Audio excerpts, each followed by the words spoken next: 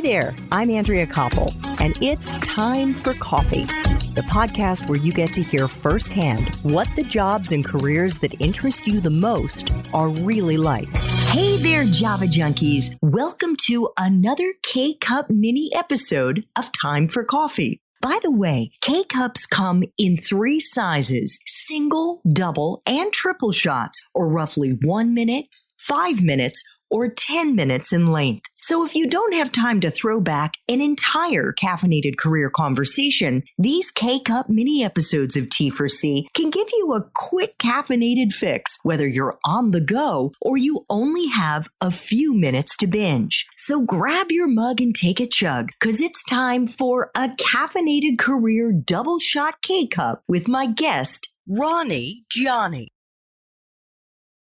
You started as an intern with a 6-month internship. How did you leverage that internship to get hired as an analyst and then get promoted again to becoming the sole senior associate? What did you do as an intern, Ronnie? So I was graduating on or around the financial crisis. So it's probably one of the hardest times to get either even an internship, but let alone an analyst position at an investment bank. So this was 2009, just for our listeners. Yeah, it was really, really, really hard. Not only were there no jobs for the most part, but a lot of people who got jobs that I knew in my university were getting their offers rescinded, which means that they got the offer, they accepted it while being a junior in college, they're expecting to graduate, and they have this job lined up in an investment bank, earning a great salary, or expect to be, and they were getting letters saying your offer's been rescinded because we no longer have the need. So I must have got maybe, 45, 50, 60 rejections from these different various banks and different financial institutions, where either I applied for an internship and or an analyst position trying to come out of college. And it just wasn't working out, but I was still working at the restaurant, still bartending, still trying to figure out what's going to be next. And I found the New York State Housing Finance Agency, a governmental body.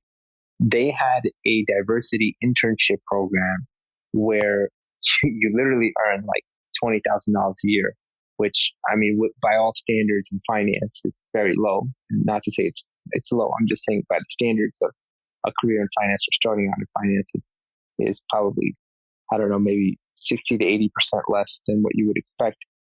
And it was you would do 6 months at the New York State Housing Finance Agency, and then they would place you 6 months with an investment banking partner.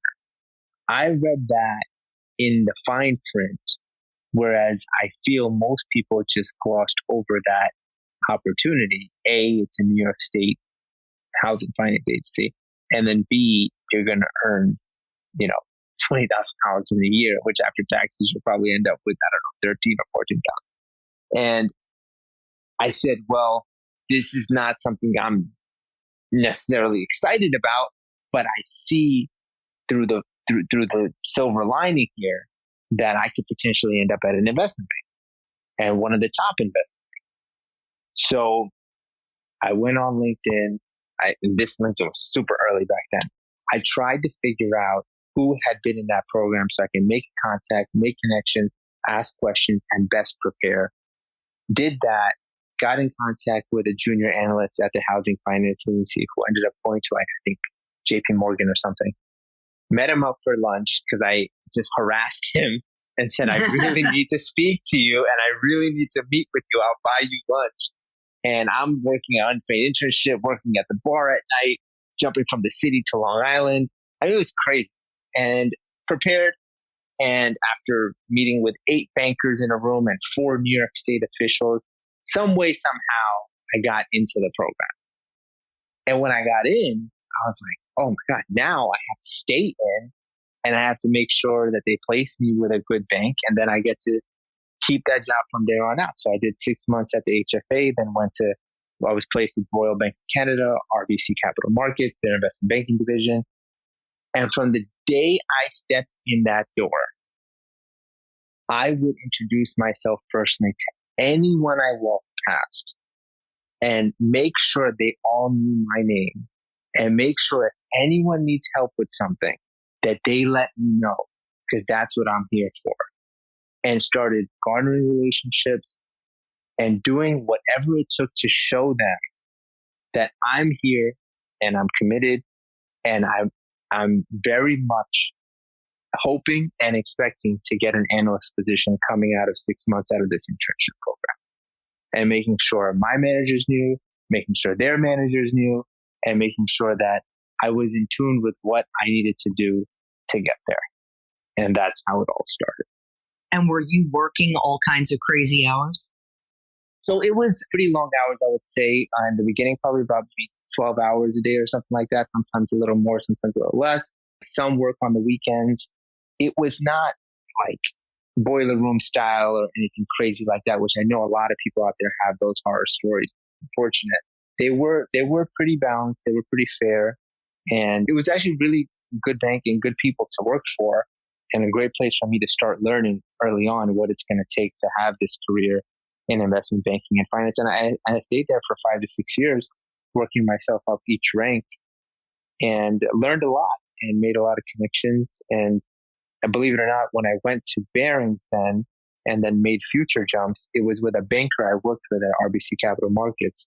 One of the bankers I supported for about 5 years, he was making the leap to go into the multifamily lending, which we touched on, but it wasn't specifically our product. And he asked me to join him. And it was a huge promotion going from the role at RBC to then Acre/Barings.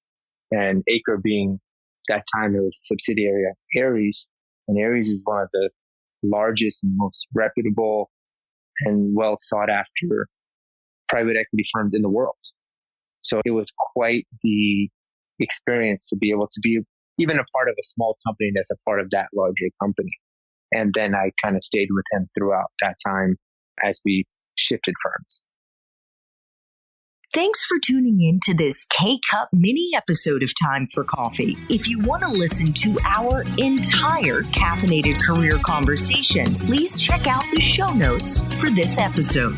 Thanks so much for listening to Time for Coffee, where the professionals in the jobs that most interest you always have time to grab coffee 24/7, no matter where you live. I have one quick favor to ask you. Remember to rate, review, and subscribe to Time for Coffee. Thanks so much.